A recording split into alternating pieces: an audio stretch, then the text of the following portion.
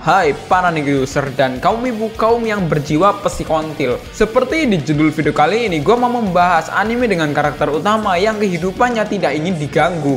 Wah, kalau sampai diganggu, waduh, segel bijunya ini bakalan bisa lepas dan tak terkendali guys. Kebanyakan mungkin yang bakalan gue bahas itu adalah karakternya seorang wibu. Ya, karena entah kenapa ya, wibu itu kok identik banget sama yang namanya nolep-nolep sama nggak mau diganggu gitu. Kalau diganggu dikit aja udah langsung ngancem buat meratakan dunia gitu. Kenapa gitu? Ada-ada aja tuh para wibu-wibu ya. Padahal kita cuma mau membantu agar terlepas dari kehidupan yang tergenjutsu guys. Niat kita itu baik. Nah, terus apa saja anime-anime dengan karakter utama yang tidak ingin diganggu dalam kehidupan nyatanya? Tanpa basa-basi, yuk langsung aja kita ke list yang pertama guys.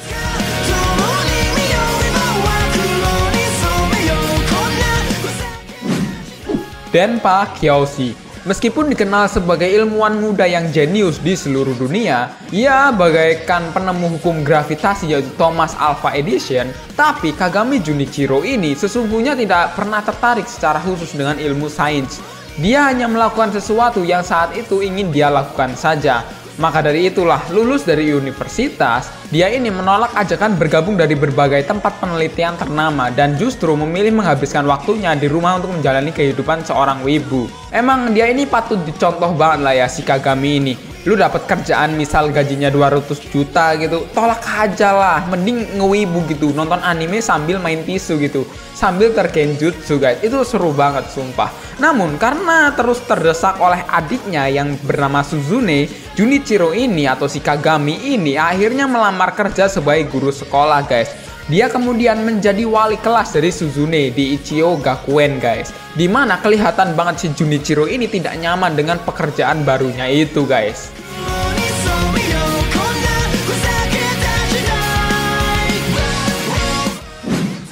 Karakuri Circus. Dapat warisan memang bisa dibanggakan, tetapi pernah nggak lu dapat warisan malah kehidupan lu bagaikan buronan gitu? Makanya sekarang minggat dari rumah daripada lu dapat warisan. Masaru baru saja mewarisi sebuah kekayaan besar setelah kematian ayahnya. Namun banyak orang-orang biadab yang mencoba merampas dengan berbagai cara guys. Bahkan kalau perlu bunuh aja lah. Nah, karakter yang bernama Narumi ini membantu Masaru melarikan diri dari percobaan penculikan dan bertarung melawan musuh-musuh aneh guys. Dia tahu bahwa mereka ini bukanlah manusia biasa, tetapi boneka kayu yang memiliki kekuatan luar biasa guys. Ketika Masaru ini ditangkap, ada karakter lain yang bernama Shirogane yang datang dari Prancis dengan sebuah senjata boneka Harley Quinn guys. Nah, barulah kisah Karakuri Circus pun dimulai guys.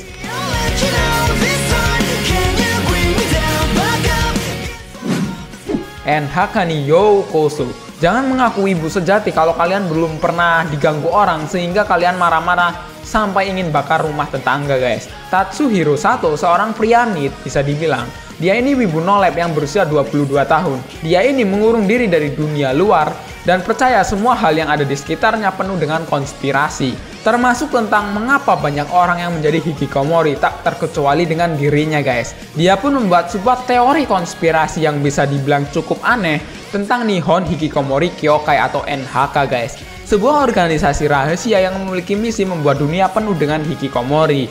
Waduh, lu gila anjing. Masa orang disuruh nolep semua terus yang mau jaga warnet sama Indomaret siapa gitu anjing. Sato berusaha untuk melepaskan diri dari cengkraman NHK, tetapi gagal karena selalu takut keluar rumah sendirian guys. Sampai-sampai dia bertemu dengan karakter yang bernama Masaki Nakahara guys, yang mengklaim memiliki obat yang dapat menyembuhkan hikikomorinya guys. Hikikomori butuh disembuhin? Lah, kalau kita nolep gitu jadi hikikomori berarti kita penyakitan dong anjing. Waduh.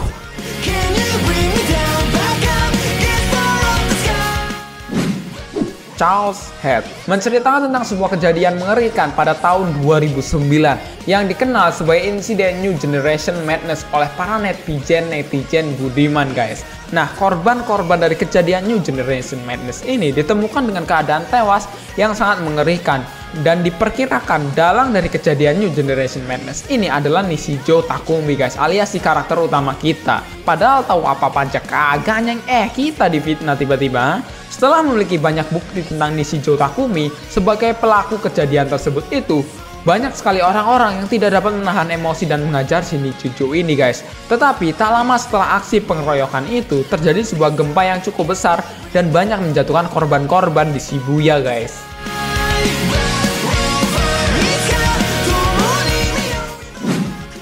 Hatage Kemonomichi. Ceritanya tentang seorang pegulat papan atas yang mengaku suka kekerasan dengan hewan dan segala binatang buas bernama Genzo Shibata. Sebenarnya bisa dibilang agak salah sih tadi kalau kekerasan terhadap hewan. Dia ini bisa dibilang seorang pegulat yang baik hati sekali guys. Nah, pada saat menjalani pertandingan pamungkasnya di atas ring, di tengah pertandingan tiba-tiba dia ini berpindah ke dunia lain karena dipanggil oleh sang tuan putri untuk menyelamatkan kerajaannya dari ancaman Raja Iblis guys. Nah, karena sebenarnya si Genzo ini orang yang bisa dibilang pecinta hewan banget. Dia ini merasa kesal karena harus membunuh monster yang dianggapnya sebagai hewan yang selama ini dia cintai. Tanpa ragu, Shibata langsung saja tuh meng-smackdown sang tuan putri dan kabur dari istana guys. Akhirnya dia ini menyadari bahwa dunia baru yang dia datanginya ini ternyata penuh dengan hewan-hewan dan makhluk manusia setengah hewan yang tidak kalah unik guys. Nah, bayangkan saja guys, pegulat aja masih punya hati nurani. Masa kalian tega gitu sebagai wibu merekomendasikan Boku no Pico ke teman lu gitu? Walaupun emang jujur aja itu anime bagus banget guys, wajib ditonton dah.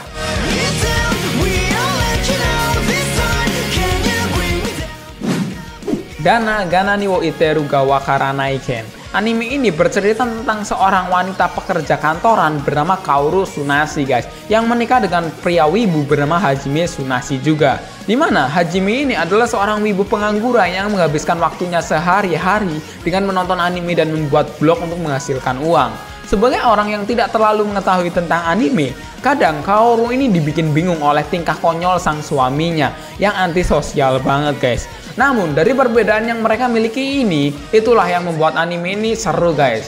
Mungkin bisa dibilang juga nih ya, gambaran kalian lah kalau besok bakalan nikah guys. Pusing pas istri lu ngeliat sabun di kamar mandi bolong semua. Rokujo Manushin Ryakusa. Demi mengurangi beban keuangan ayahnya, Satomi Kotaro membutuhkan sebuah apartemen murah, di mana dari usahanya mencari yang murah, dia berhasil mendapatkan kamar yang bisa dibilang idaman banget guys. Saking senengnya, bagaikan sebuah impian yang menjadi kenyataan. Nah, bersyukurlah buat kalian yang udah punya kamar gratis guys. Malah dipakai buat ritual Illuminati, emang nggak tahu otak kalian ya. Bayangkan saja betapa bangganya ibu kalian kalau kalian itu menjadi anggota Illuminati guys. Tapi ternyata di kamar tersebut itu ada penghuninya, yaitu si hantu yang bernama Sanae yang sudah menghuni tempat itu selama bertahun-tahun guys.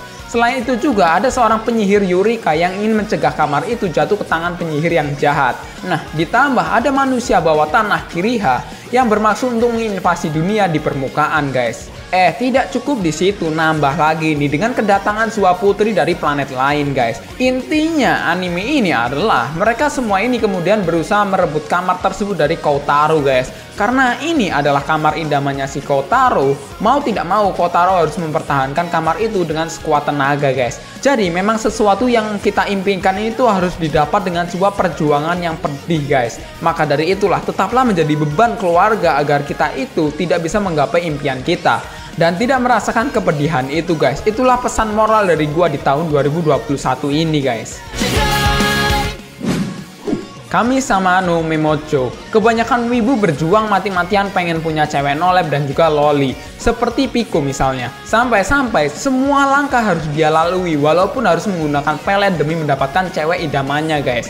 Anime ini bercerita tentang karakter yang bernama Fujishima Narumi guys. Seorang cowok SMA yang bersifat penyendiri dan selalu menghindari keramaian guys. Suatu hari oleh teman sekelasnya yang bernama Ayaka, Furumi ini diajak ke kedai ramen tempat dia bekerja paruh waktu guys. Di saat si Furumi ini bertemu dengan karakter yang bernama Alice, dia menyadari bahwa Alice ini adalah gadis moe berpostur tubuh mungil yang mengaku sebagai need detektif guys. Dimana para rekan-rekannya si Alice ini adalah seorang need juga guys, yang sedang menyelidiki sebuah kasus guys. Setelah tanpa sengaja terlibat dalam memecahkan sebuah kasus, Narumi pun diangkat menjadi asistennya si Alice. Dan Alice ini adalah salah satu karakter yang paling gua demen juga di anime, karena dia cewek.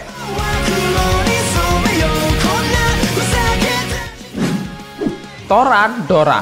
Takasu Ryuji adalah seorang remaja SMA yang menyukai pekerjaan rumah. Tapi karena tubuhnya ini sangar banget, dia ini disangka seorang preman guys. Di sisi lain, ada seorang karakter yang bernama Aisaka Taiga. Cewek kecil mirip boneka yang memiliki temperamental tinggi dan selalu membawa pedang kayu. Bahkan dijuluki macan di telapak tangan guys. Suatu hari, Ryuji ini mengetahui bahwa Taiga ini memiliki perasaan kepada wakil OSIS saat itu, yaitu Kitamura, yang secara kebetulan merupakan sahabatnya si Ryuji ini guys. Tak hanya sampai di situ, ternyata juga nih ya, Ryuji ini mengungkapkan bahwa dirinya ini menyukai cowok bernama Minorin guys, sahabatnya si Taiga. Tapi ya ujung-ujungnya si Ryuji ini bakalan berjodoh dengan si Taiga itu guys.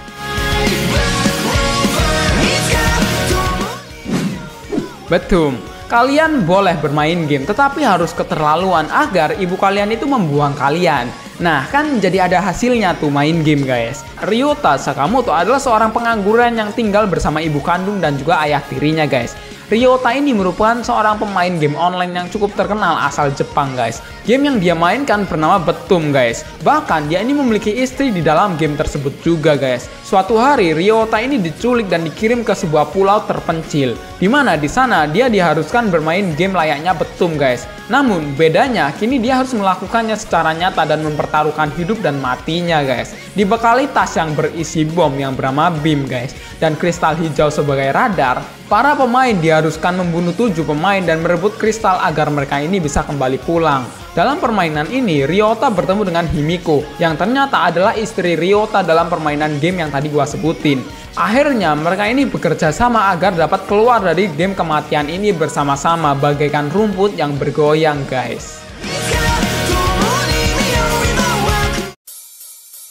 Nah itulah anime-anime dengan karakter utama yang tidak ingin diganggu kehidupannya guys. Karena mereka ini kebanyakan wibu. Kalau sampai wibu ini diganggu, waduh segel mereka ini bisa lepas dan bisa menghancurkan dunia guys. Manakah anime-anime yang paling kalian favoritin? Tulis ya di kolom komentar. Seperti biasa, thanks for watching this video. Saya user Neko undur diri. Sampai jumpa di next episode.